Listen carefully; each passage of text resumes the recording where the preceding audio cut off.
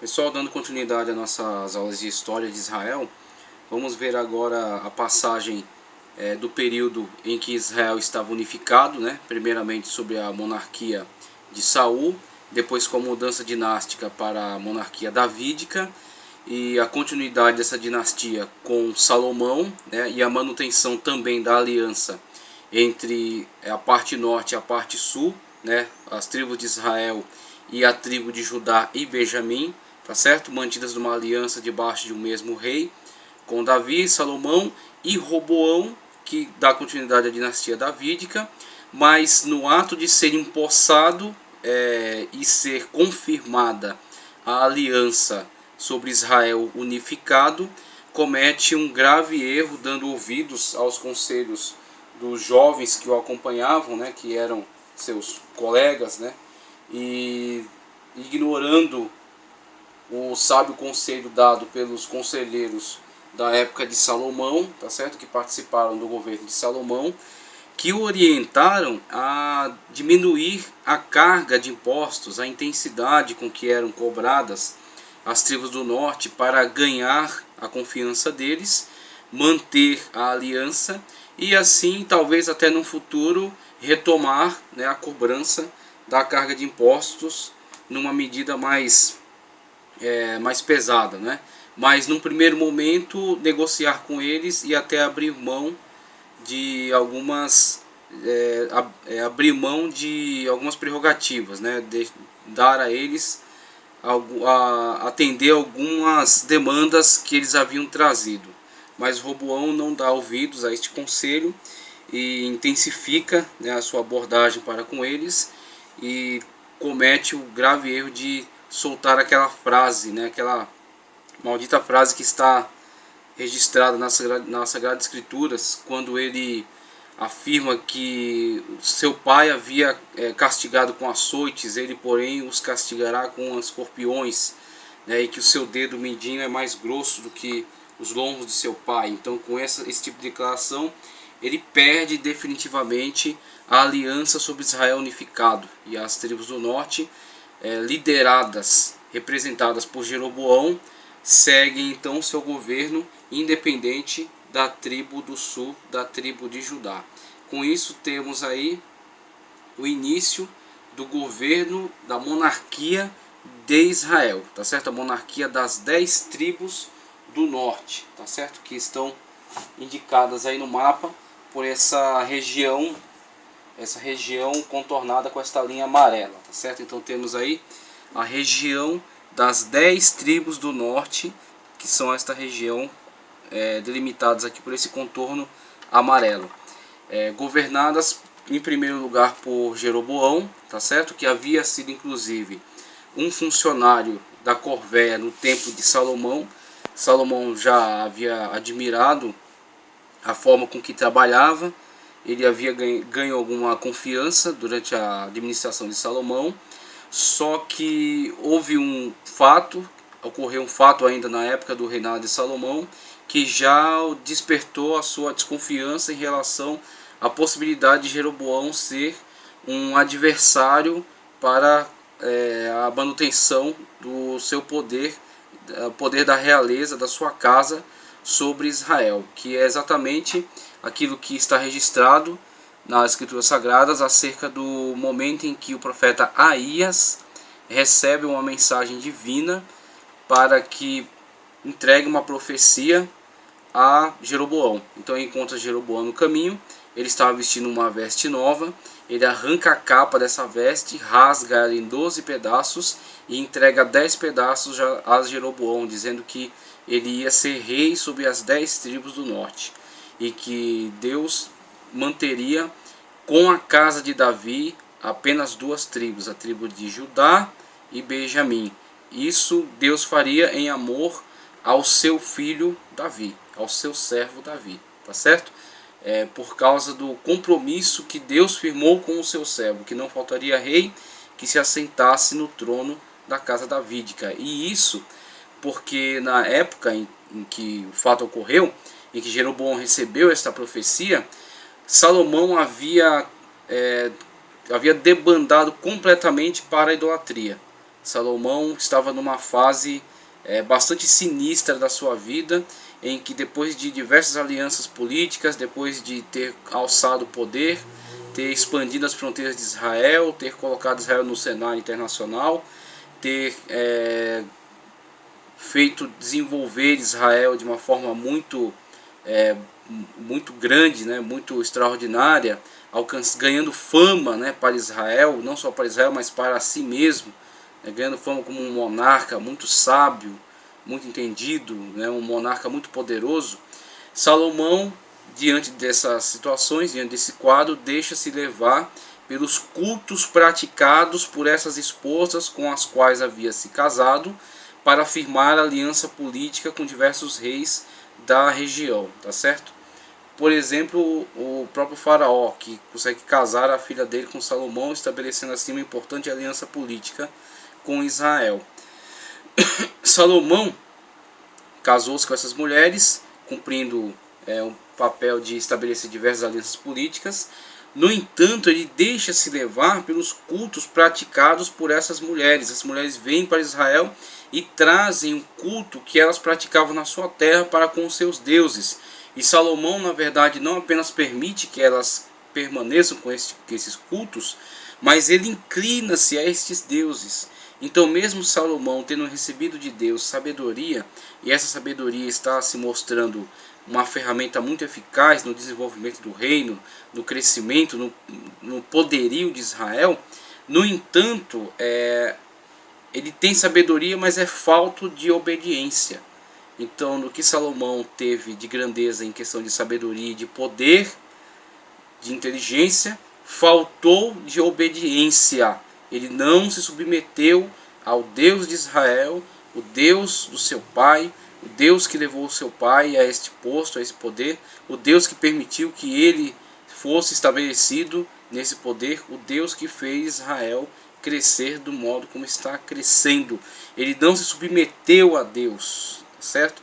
Então, quando ele se deixa levar por esses cultos, essas deidades, essas adorações a deuses estranhos, a apostasia dele leva Deus a tomar esta atitude, tá certo? De arrancar da sua mão as 10 tribos e deixar apenas 2, por causa do compromisso que o Senhor havia firmado com Davi. Então Salomão, já na época do seu reinado, tem a sinalização de que haverá esta punição, não terá continuidade esse poderio, essa grandeza que ele havia angariado para Israel. Israel será dividido. Ele não vê isso ainda no seu governo, mas ele verá isso, mas Roboão, seu filho, verá isso na época em que ele assumir a coroa. Tá certo? Então, Jeroboão, após essa profecia entregue por Aías, ele passa a ser perseguido por Salomão,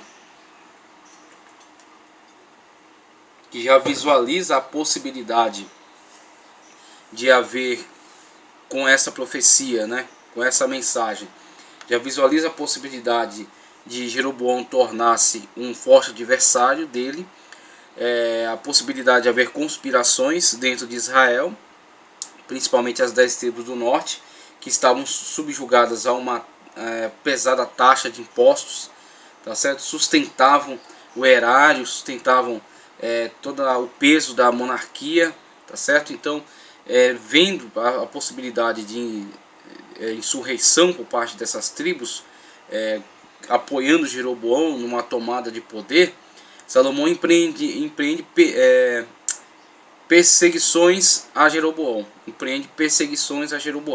E Jeroboão, com isso, é obrigado a refugiar-se junto ao faraó.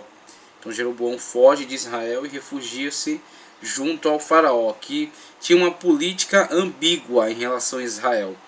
O faraó, de modo algum, se via obrigado a prestar qualquer tipo de juramento, qualquer tipo de aliança no sentido de fidelidade ao rei de Israel.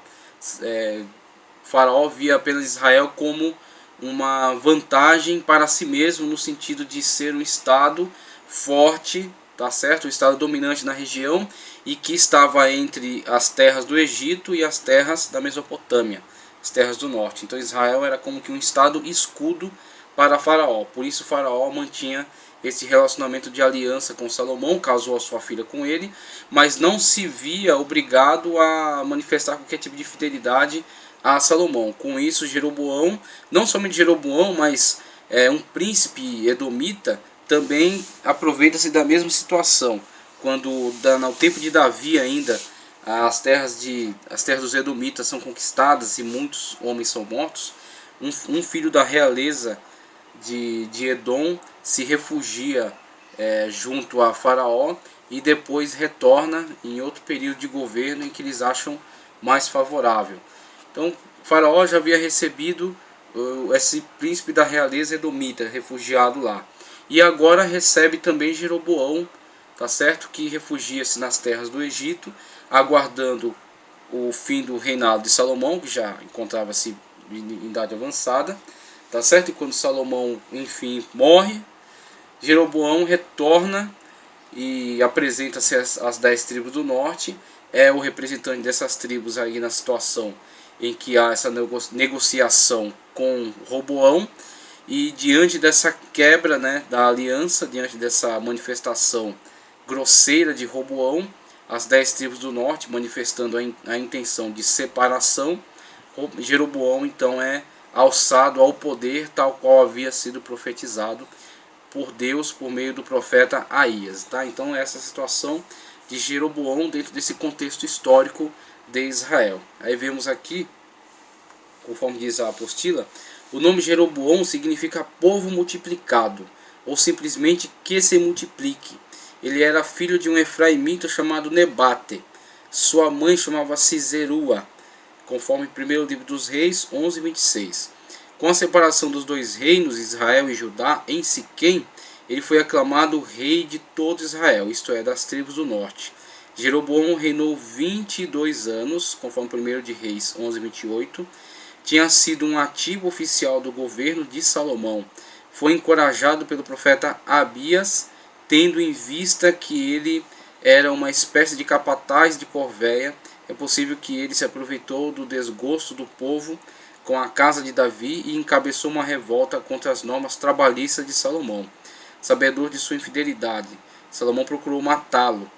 Ao ser perseguido por Salomão, Jeroboão se refugiou no Egito, buscando asilo político. Ao voltar a Israel, Jeroboão se aproveitou do descontentamento dos delegados das tribos do norte com a casa de Davi e ajudou a levar a efeito a separação dos dois reinos. Como já vimos, as 10 tribos do norte ficaram com ele. Ao estabelecer o reino do norte, antigo reino de Saul, reativou-se o clássico e antigo nome de Israel, contrastando assim com o reino de Judá, formado pela tribo de Judá e a vizinha tribo de Benjamim. O relato de 1º de Reis 12:20 diz que a única tribo que seguiu Roboão foi a de Judá, mas no versículo 21 infere que a tribo de Benjamim também ficou com Roboão, tendo se cumprido a profecia de que Jeroboão ficaria com 10, tá certo? 10 tribos e Roboão com as 2 tribos. Então vemos aí o início do governo de Jeroboão e qual é o contexto histórico do seu surgimento. Aí vemos que Jeroboão, nas suas primeiras medidas de governo, ele funda a capital, tá certo? A nova capital, a capital agora do Reino do Norte, que está estabelecida em Siquém. Primeiramente, a capital ficará em Siquém, um lugar bastante importante aí para a cultura israelita dessa época. Siquém era uma cidade bastante significativa para eles, tá certo? Jerusalém, porque havia lá o templo. Mas Siquém é uma cidade mais antiga no contexto histórico de Israel do que Jerusalém. Siquém, inclusive, é o lugar onde está associada a figura de Josué. Josué fez importantes ajuntamentos de Israel em Siquém para a renovação da aliança de Israel para com Deus. Então Siquém tinha um significado muito importante para as tribos do norte e para todo Israel, na verdade. Mas Jerusalém passou a ser mais importante para a tribo do sul, porque lá estava localizado o templo e o palácio. Com a separação, Jerusalém passa a não ter relevância para as tribos do norte, em virtude dela ser um lugar muito simbólico, muito significativo para a tribo de Judá, a tribo com a qual eles haviam se separado. Então Siquém é alçada a uma posição de grande importância no governo de Jeroboão, é tornada capital. A capital depois será mudada para Penuel, tá certo? Será mudada para Penuel. Após isso será mudada para Tirza. Muitos reis do Reino do Norte reinarão a partir de Tirza. E finalmente no tempo de Onri, a capital será alterada para Samaria, tá certo? Então Onri edificará Samaria para ser a capital de Israel futuramente. E será, aliás, a última capital quando Israel, então, depois de algum tempo, será invadido pela Assíria, será deportado e um outro povo estrangeiro será trazido para a terra. Com a miscigenação desse povo estrangeiro com os israelitas que restaram na terra, dará início à etnia dos samaritanos. Samaritanos que serão odiados pelos judeus da tribo do sul, que também passaram por uma deportação, mas voltarão, né, e conseguirão comprovar a sua linha genealógica. Então vemos aí o início do governo de Jeroboão. Uma das outras medidas importantes que Jeroboão toma no início de seu governo é exatamente a alteração, não somente da capital, né, com a fundação de Siquém como capital do Reino do Norte, mas também um outro elemento unificador fundamental para os israelitas, num contexto geral, tanto Judá quanto Israel, que era exatamente o culto. O culto era o elemento unificador mais importante de Israel, porque antes de haver qualquer sistematização do sistema político, o que unificava Israel, tornava eles uma nação unificada, debaixo de um mesmo ideal e independente das demais, era exatamente a sua fé no Deus de Abraão, Isaque e Jacó. E após essa fé primitiva no Deus de Abraão, Isaque e Jacó, com a entrega da lei no Monte Sinai, o culto. Então, por isso, o culto é um elemento unificador muito importante. A lei de Deus e o culto, o calendário de culto.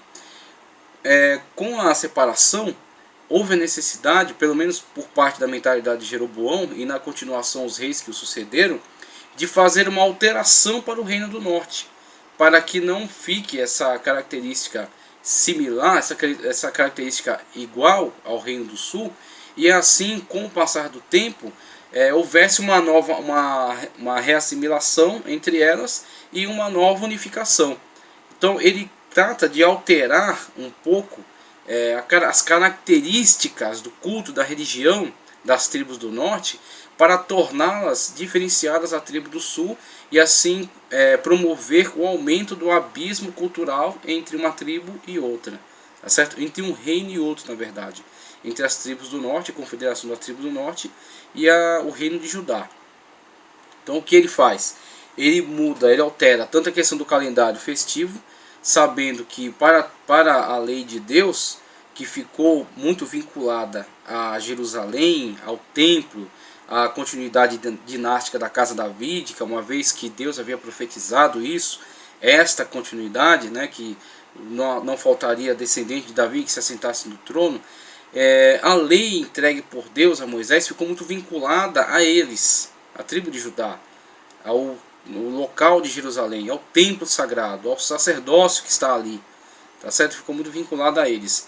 Então o que acontece? Ele trata de fazer algumas alterações.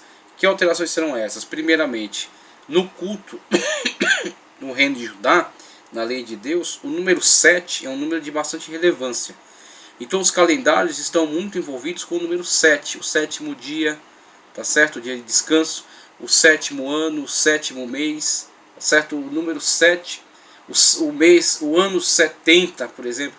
Então tem muitas vinculações ao número 7. O número 7 é o número sagrado, o número da plenitude. O que Jeroboão faz em relação às tribos do norte? Ele altera o dia sagrado para 8. Então o calendário festivo religioso para a tribo, para o reino de Israel, será sempre associado ao número 8.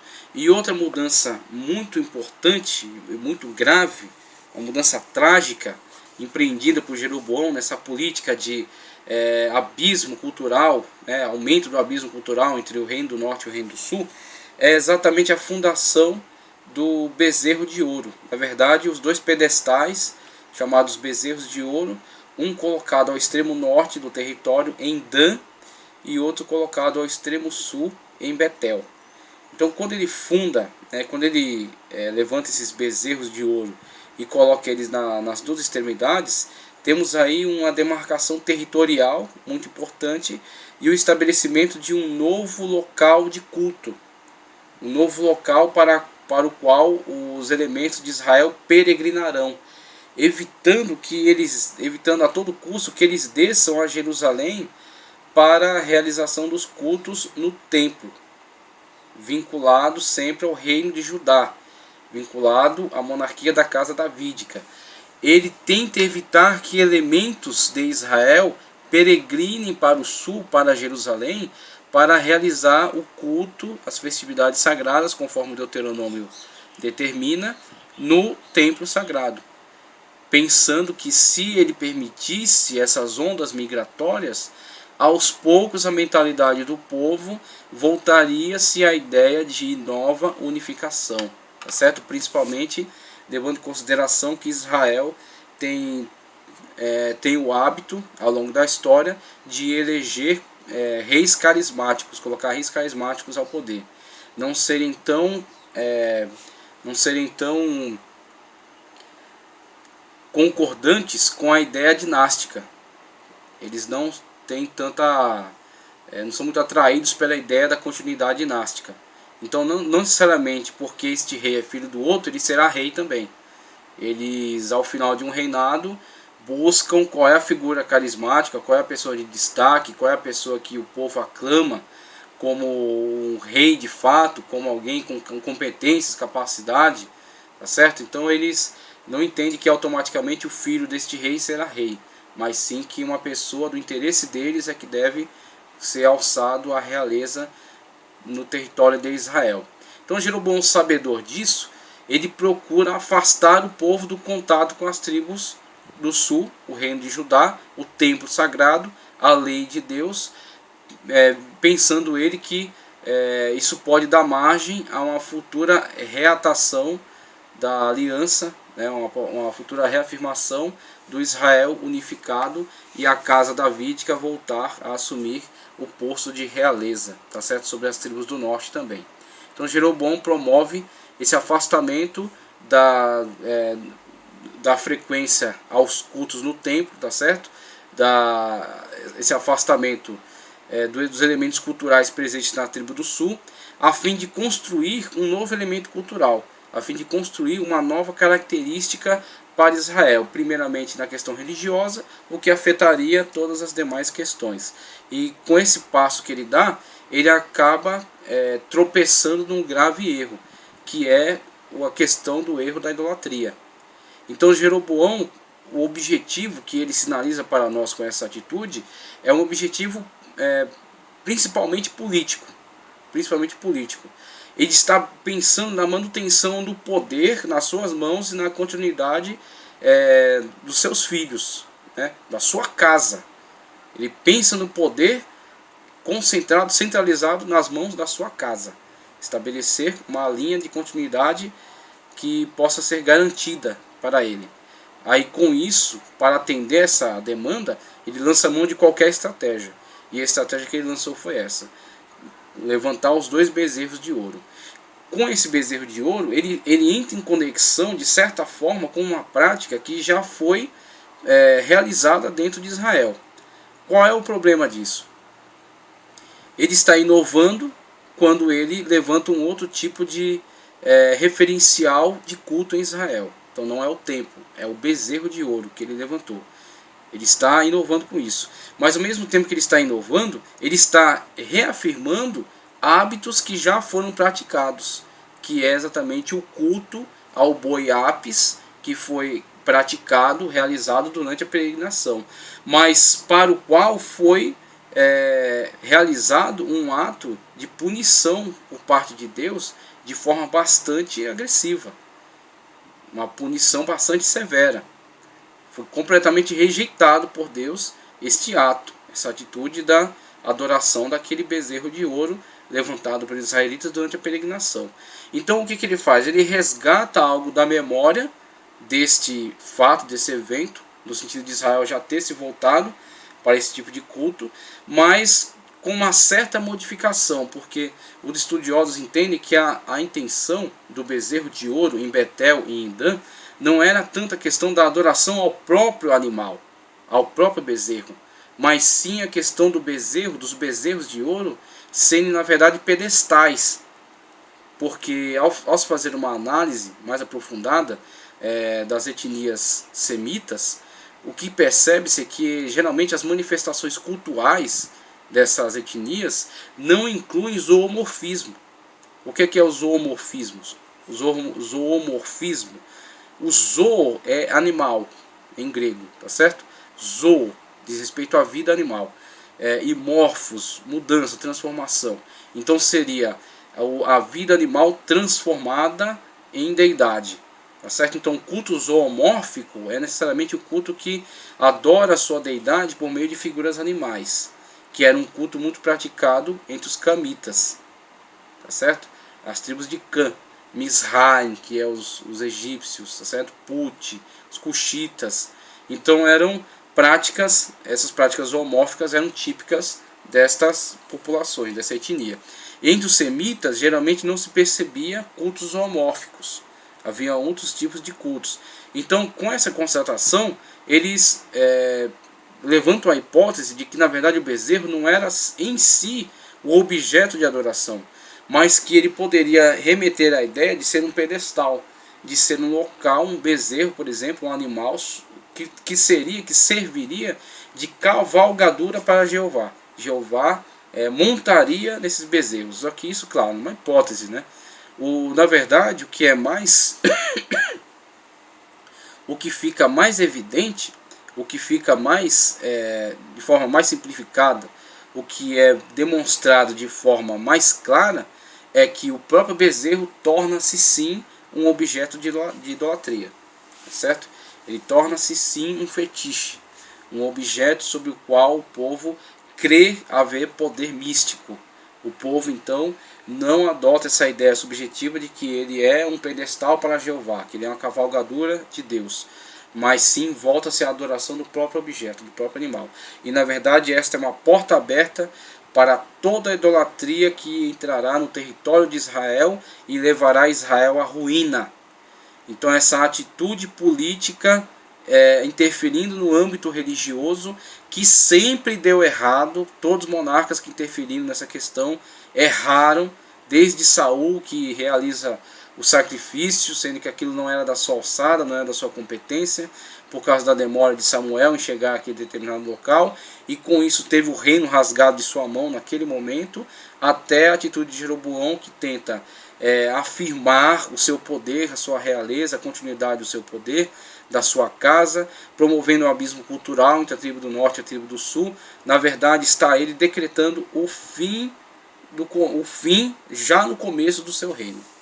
No começo do seu reino, com essa atitude, ele já está decretando o fim deste mesmo reino, certo? Não somente o dele, mas dos demais monarcas que se levantarão e que seguirão após o pecado de Jeroboão, como muitos dizem. Houve até reis reformadores em Israel, como Jeú, por exemplo.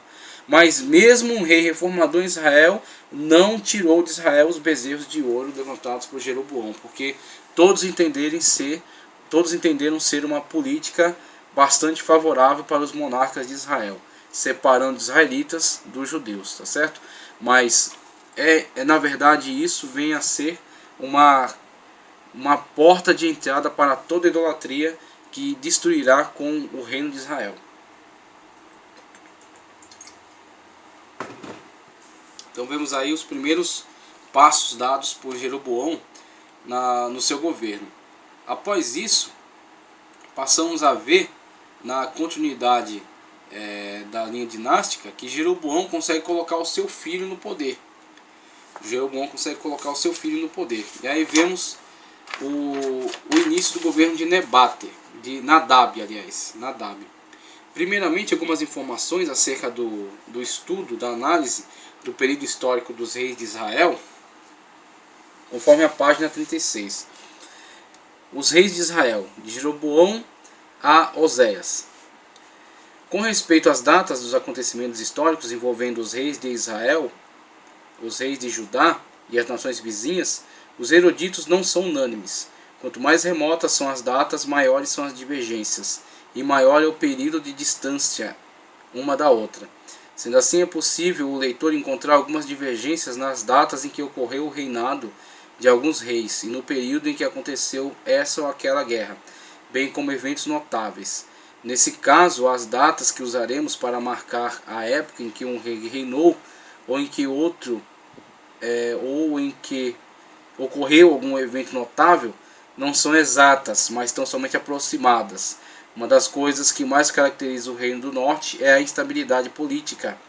O Reino do Sul, Judá, perseverou com a casa de Davi durante toda a sua história, mas o Reino de Israel passou de mãos em mãos por 3 vezes nos seus primeiros 50 anos. Isso parece muito, por exemplo, para o nosso modo de governo hoje democrático, com eleições a cada 4 anos, mas estamos falando aqui de um período em que a monarquia geralmente é a forma de governo mais aceitável, né? Ou a monarquia, ou a tirania, quando alguém se apossa do poder e estabelece a força lá por meio da guerra, por meio da força armada, né?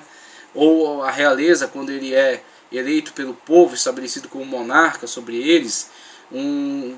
A troca de monarquia, pelo menos 3 trocas de monarquia ao longo de 50 anos, é na verdade um tempo bastante curto e uma estabilidade política bastante delineada, tá certo? Então é a situação do Reino do Norte, o Reino de Israel.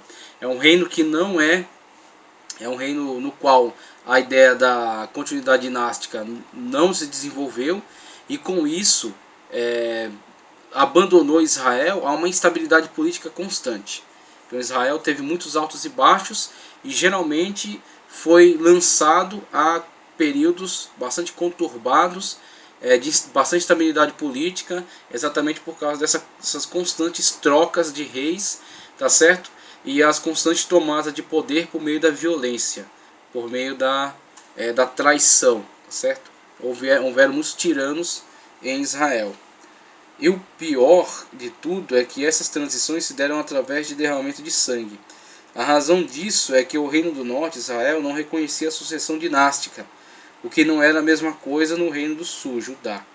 Desde Jeroboão, filho de Nebate, até Oséias, se assentaram no trono do Reino de Israel 19 reis, durante um período de aproximadamente 210 anos. Esses reis foram, na sua maioria, generais usurpadores, que para ascenderem ao trono precisavam assassinar o atual ocupante do trono. E como isso se não bastasse, alguns deles exterminavam completamente a família e os amigos do ocupante do trono, para não correr o risco de represália nem de reclamação do direito à realeza, apesar da sucessão dinástica não ser reconhecida em Israel. Então Israel não fazia boa vista a questão da sucessão dinástica, mas isso não impedia de que cada rei que se levantasse em Israel tentasse ao seu modo estabelecer a sua dinastia. Agora, como a ideia dinástica não tinha apoio, a própria população não se mostrava solícita a essa ideia. Com isso, o rei sucessor, né, aquele que é o rei que subiu ao poder e coloca seu filho em continuidade, este filho, esse sucessor do monarca,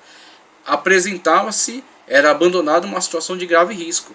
Então ele tentava manter-se no poder, como nós vamos ver aí nessa pequena linha que vamos estabelecer de monarcas, tá certo? Ele tentava manter-se no poder, mas geralmente aparecia um usurpador que tratava de pôr um fim ao seu reinado, e isso sem grande comoção do povo, sem grande manifestação do povo. Então geralmente alguém se levanta, consegue estabelecer um reinado, coloca seu filho, que com pouco tempo é tirado do poder de uma forma violenta. Vemos aí, por exemplo, no caso de Jeroboão. Jeroboão, que é colocado aí como Jeroboão I, porque haverá um outro Jeroboão ao longo da história de Israel, ele tem a duração de seu reinado em 22 anos, pelo menos, de 931 a 909, tá certo? Pelo menos 22 anos. Conforme profetizado por Aías, ele é alçado ao poder e reina sobre as 10 tribos do norte. Seu filho Nadab sobe ao poder, tá certo? Seu filho Nadab sobe ao poder. Com a morte de Jeroboão, seu filho Nadab reinou em seu lugar durante 2 anos. Veja só, aqui é apontado como 1, mas acontece nesse quadro apontado como 1. Mas acontece que, primeiramente, depois da informação já passada aqui acerca da inexatidão das datas, né, e também uma questão levantada por historiadores com relação ao reinado simultâneo. Então, algumas vezes, um rei, já no final do seu período de reinado, na sua velhice, estabelece seu filho, e seu filho está reinando simultaneamente com ele, e depois, com a sua morte, reina sozinho.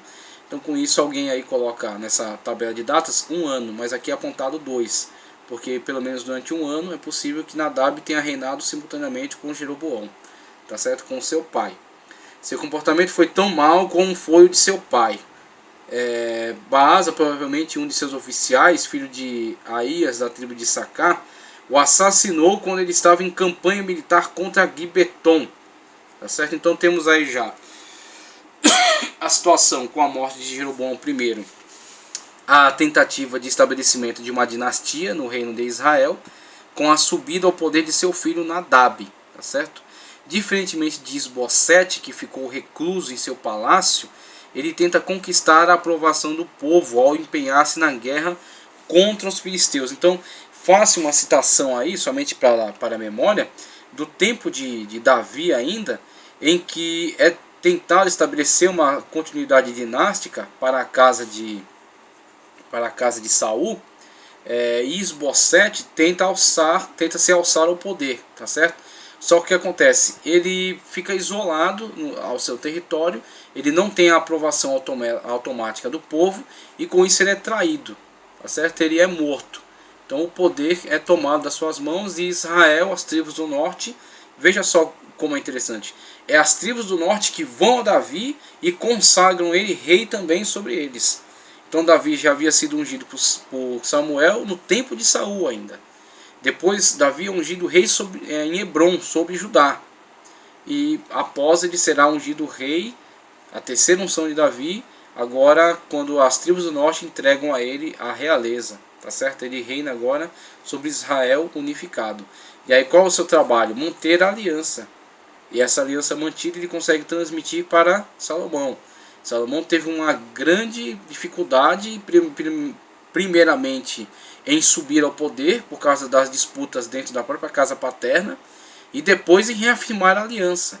Aí ele consegue com mão de ferro afirmar a aliança, manter o poder, manter o domínio sobre as tribos do norte, e não somente isso, ele impõe a eles uma pesada carga de tributos, faz com que eles sustentem toda a pesada máquina da realeza, tá certo? Toda a pesada máquina da monarquia. Claro que não só eles, mas muitas tribos que estavam subjugadas a Israel nessa época, tá certo? Então o que acontece? Salomão, com toda a sua sabedoria, consegue manter isso.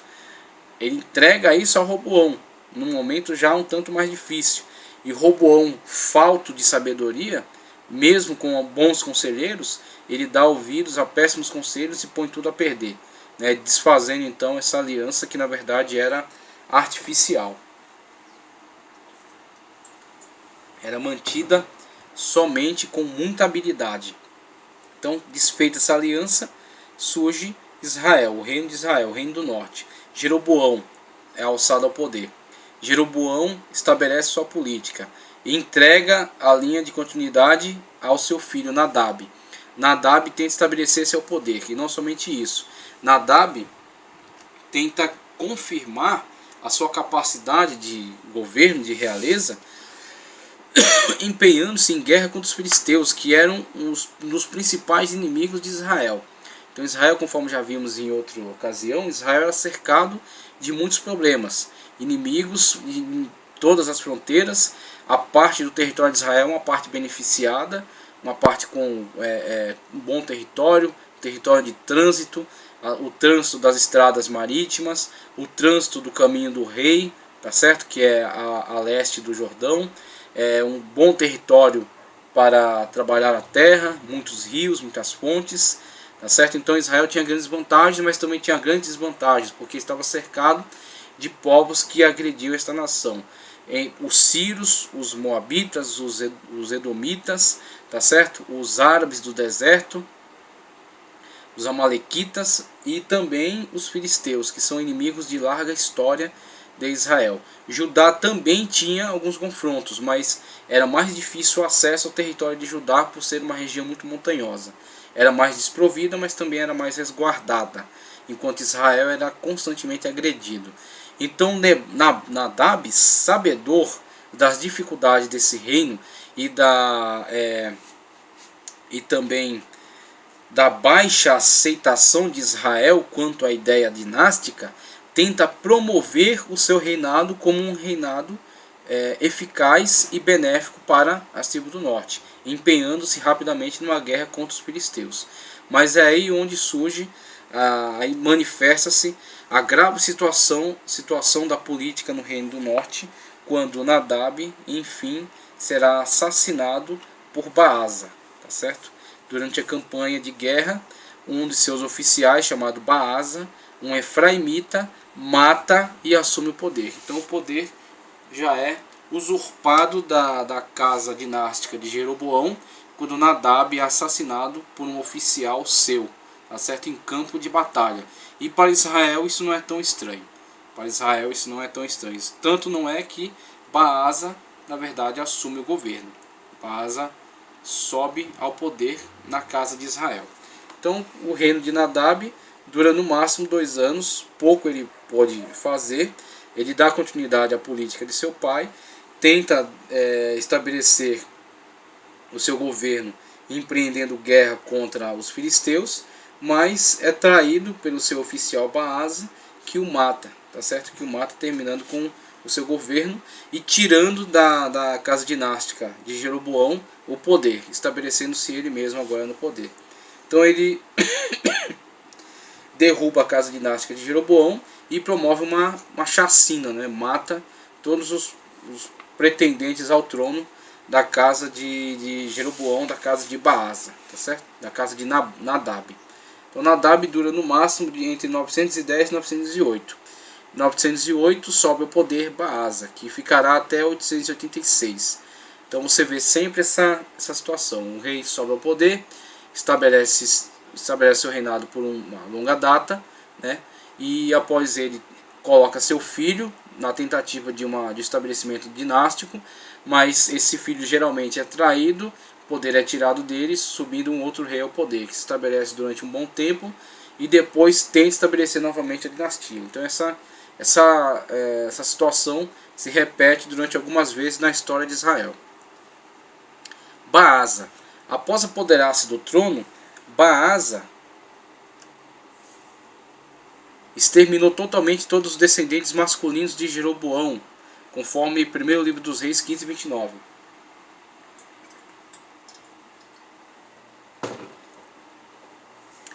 Possivelmente temendo represália, ou para eliminar qualquer possibilidade de sucessão dinástica. Isso passa a ser a prática de todos os usurpadores no Reino do Norte, embora em alguns casos nem sempre tenham conseguido fazê-lo inteiramente com um absoluto sucesso. Como Jeroboão, Baasa reinou por designação profética, está lá em 1 de Reis 16, 1 e 2. Ele reinou durante 24 anos, veja que Jeroboão reinou durante 22 anos. Nadab, seu filho, durante 2 apenas, quando é traído por Baasa. Baasa se estabelece no poder por 24 anos, 23, 24 anos. Tem essa flutuação aí cronológica. Sua capital era Tirza, onde foi sepultado, inclusive ele é sepultado lá. 1º livro dos Reis, 15:33. Após sua morte, seu filho Elar reinou em seu lugar. Apesar de ter durado 23 anos, praticamente nada sabemos a respeito do reinado de Baasa. 1º de Reis, 15:33 ou 16:7. Com exceção de sua derrota na guerra fronteiriça contra Asa, rei de Judá, por causa da intervenção dos sírios. Então temos aí a subida de Baasa. Não há muito a que se dizer, ele dá continuidade à política de Jeroboão, mesmo ele tendo desapropriado a casa dinástica de Jeroboão e tendo eliminado os pretendentes ao trono. Ele entende que a política de Jeroboão é a melhor política a ser adotada para Israel e mantém essa mesma política, tá certo? Mantém essa mesma prática. Baasa derruba seu antecessor e reina por 23 anos em Tirza, dá continuidade às práticas idolátricas de Jeroboão e por fim morre numa batalha contra Asa, rei de Judá. Então o fim de Baasa numa batalha interna, tá certo? Uma guerra civil, digamos assim, uma guerra para estabelecimento de linha fronteiriça com o reino de Judá, o reino do sul. Então, com essas intensas batalhas, quer pela influência de Israel em outras nações, né, filisteus, guerras de fronteiras com os filisteus, com os sírios, com os moabitas, ou quer uma guerra interna com Judá, o antigo reino que era unificado com eles, né, e um reino irmão, de um povo irmão, todas essas guerras, todas essas situações, toda essa instabilidade destruiu completamente o poderio internacional de Israel. Veja que Davi consegue estabelecer a unificação. Davi consegue impor o poder de Israel sobre as tribos vizinhas. Os filisteus estavam subjugados, os moabitas estavam subjugados, os edomitas estavam subjugados, tá certo? De tal forma o poder de Israel se estabeleceu sobre os edomitas que, se esse príncipe dos edomitas não se refugia com Faraó, talvez não houvesse uma possibilidade de reafirmação da dinastia, da casa real edomita no futuro. Então, depois esse filho da realeza edomita retorna e dá continuidade ao poder, né? Quando enfim Edom se insurgirá contra Israel nessa época de instabilidade. Então Davi consegue impor a realeza, consegue impor o domínio de Israel sobre esses povos vizinhos. Salomão consegue estender a influência de Israel até o Eufrates. Então, mesmo que essas nações mais distantes não fossem nações plenamente subjugadas, né, de modo que Israel reinasse objetivamente sobre elas, mas Israel estendeu a sua influência sobre elas. Elas eram tributárias de Israel, elas pagavam tributo. Eram reinos vassalos, alguns deles. Então o que acontece?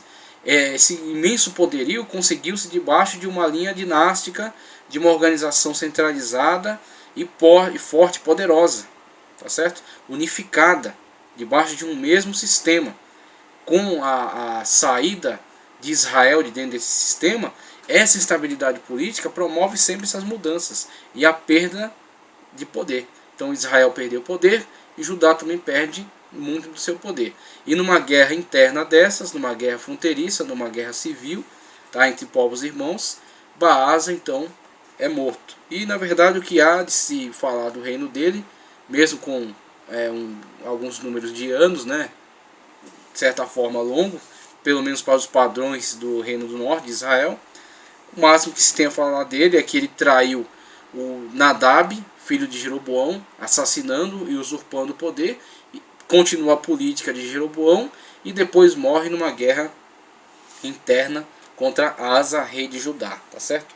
Então, Baasa falecendo nessa situação, morrendo nesse conflito, Elar, seu filho, sobe ao poder. Então temos novamente uma troca de realeza, mas agora dentro de uma nova tentativa dinástica. Então você vê, Jeroboão é alçado ao poder depois daquele conflito com Judá, tá certo? Depois daquele conflito com Roboão, que não consegue manter a aliança política. E após isso, Jeroboão subindo ao poder, consegue colocar o seu filho na continuidade, Nadab. Nadab não consegue manter o poder em suas mãos, é traído por Baasa. Baasa usurpa o poder, permanece durante 24 anos como rei de Israel. Coloca seu filho Elar. Elar sobe ao poder numa nova tentativa dinástica. E o que acontece? Após sua morte, Baasa foi sucedido por seu filho Elar. Isso foi novamente uma tentativa de formar uma dinastia, porém muito menos auspiciosa do que no caso anterior, pois enquanto o exército popular estava mais uma vez em luta contra os filisteus, Elar de modo algum aspirava a obter fama em batalhas.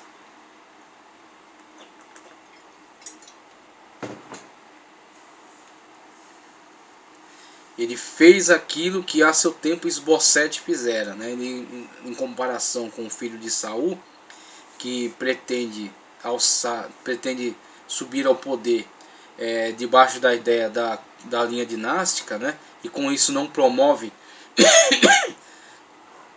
nenhuma atitude que convença o povo de que ele é digno do poder, assim também age Elar. Elar também toma o mesmo caminho. Ele fez aquilo que a seu tempo Esbocete fizera. Ficou em Tirza, na boa vida. Mas a alegria durou pouco. Durante um banquete na casa do ministro do Patrimônio Público, um dos comandantes da corporação dos carros de guerra, um homem chamado Zinri se levantou contra ele e o matou. Está lá em 1 de Reis 16, 8 a 14. Conforme vimos, Elar reinou 2 anos e foi assassinado num estado de completa embriaguez por Zinri, um de seus oficiais. O que fez Baasa com a casa de Nadab, fez Zinri com a sua casa, matando seu filho e exterminando toda a sua família, até mesmo seus amigos. 1 de Reis 16, 10 ao 12. Após executar covardemente o rei, Zinri usurpou o trono da forma mais descarada, mas não foi por muito tempo. Então, só com essa primeira tirada histórica, essa primeira fatia aí da história de Israel, já vemos as características do Reino do Norte. O caos instaurado no Reino do Norte, o caos político instaurado neste reino. Então este reino nasce de um conflito de negociação, tá certo? Nesse conflito de negociação, devido à falta de sabedoria de Roboão, vem a divisão, tá certo? Vem a divisão que na verdade sempre existiu. Ela foi, na verdade, ela foi evitada por reis inteligentes, reis sábios, que sabiam fazer a negociação e impor o seu poder, tá certo? Então a aliança foi imposta, foi estabelecida.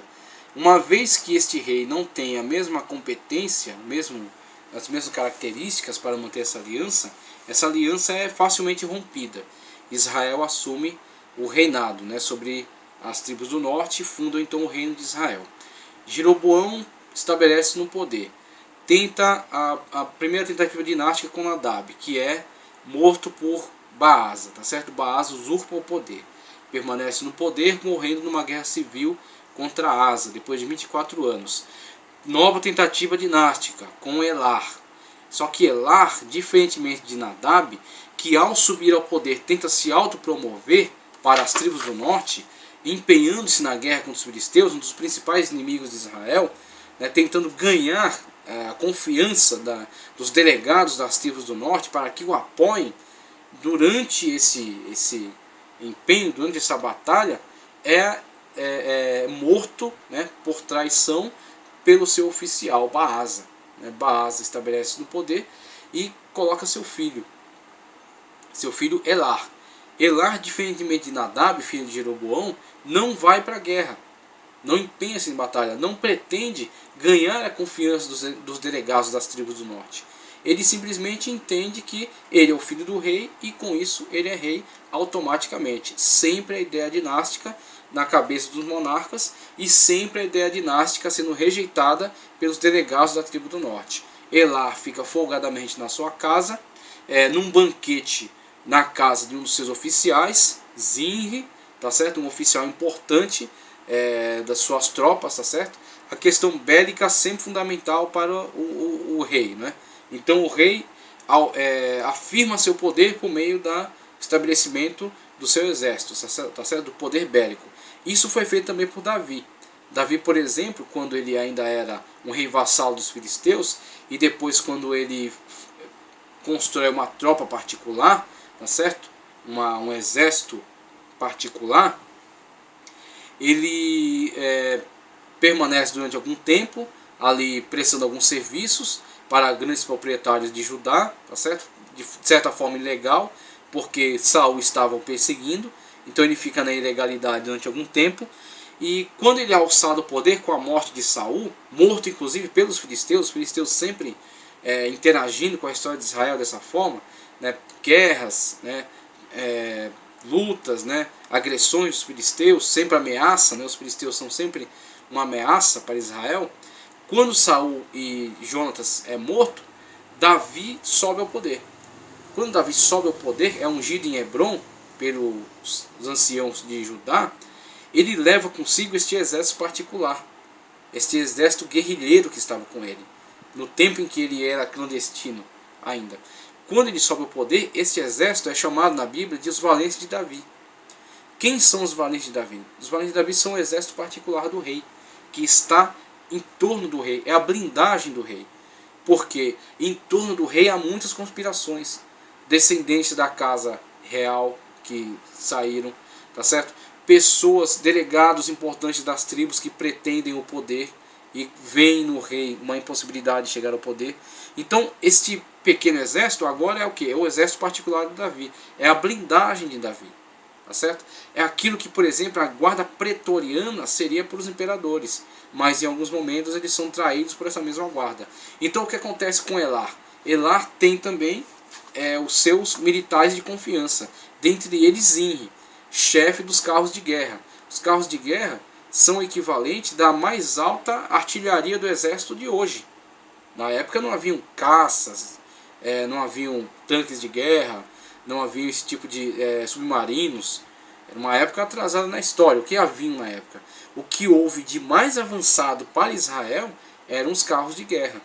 Essa tecnologia que não era de Israel, os filisteus utilizavam, os sírios utilizavam, e Israel geralmente tinha muito problema com isso.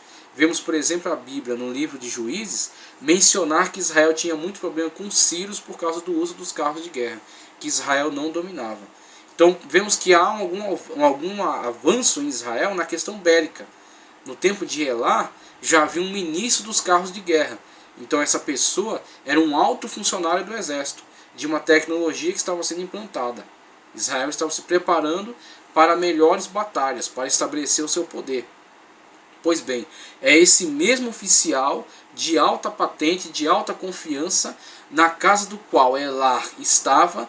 Elar, com essa ideia fixa da linhagem dinástica, de que ele era automaticamente reconhecido como rei, não se preserva, não trata de cuidar da sua segurança. E vacila muito nessa situação, quando então Zinri, um aproveitador, lança a mão dessa oportunidade, assassina o rei e usurpa o poder. Mas de tal forma descarada essa tomada de poder, que não foi aceito por outras pessoas também relevantes, importantes do reinado, que estavam, diferentemente de Nadab, que estava diretamente empenhado na batalha, envolvido. Elar fica no seu palácio e deixa funcionários à frente da guerra. Um dos funcionários, Onri, estava liderando a guerra contra os filisteus. E quando ele ouve falar da morte do rei, assassinado por Zinri, abandona a guerra e volta para Tirza para resolver essa situação. Após a morte de Baasa, Elar, seu filho, o sucede no trono, mas não se envolve na guerra. Governa Israel em Tirza durante 2 anos, quando então é morto por Zinri, um dos oficiais dos carros de guerra, durante um jantar na casa deste. Com o assassinato covarde do rei, este usurpador assume o poder, mas se mantém apenas por 7 dias. Foi o máximo de tempo que dura a usurpação, a tomada de poder de Zinri em relação a Elar, em relação ao reino de Israel. Mas se mantém apenas por 7 dias. Quando então Onri, que liderava o exército, cercará o palácio, e Zinri será morto no incêndio. Então haverá o que? A tomada do poder de Zinri, a usurpação do poder, na verdade, o assassinato de Elar, a chacina de toda a família de Baasa e de Elar, com o final dessa linha dinástica, não somente a família, mas os amigos, alguém que pudesse ser favorável ao rei deposto. E Zinri, durante 7 dias, promove esse banho de sangue, essa mortandade, fica no palácio em Tirza. Quando então Onri abandona a guerra, volta para resolver essa situação, cerca o palácio. Zinri, sabedor de toda a dureza com que seria tratado, incendeia o palácio e na verdade ele morre nesse mesmo incêndio. Então Zinri põe fim à segunda dinastia que tenta estabelecer em Israel, tá certo? E durante 7 dias promove essa mortandade, essa chacina. Quando então é cercado por Onri, um oficial do exército de Elar, que estava empenhado na guerra por Israel, Onri cerca o palácio, Zinri morre no incêndio e Onri é alçado ao poder pelas tropas. Agora haverá uma disputa pelo poder entre Onri e Tibni, que durará pelo menos durante 4 anos, e com isso mais estabilidade política, quando enfim Onri tomará o poder e estabelecerá também a sua dinastia. Tá certo? Como veremos na próxima aula.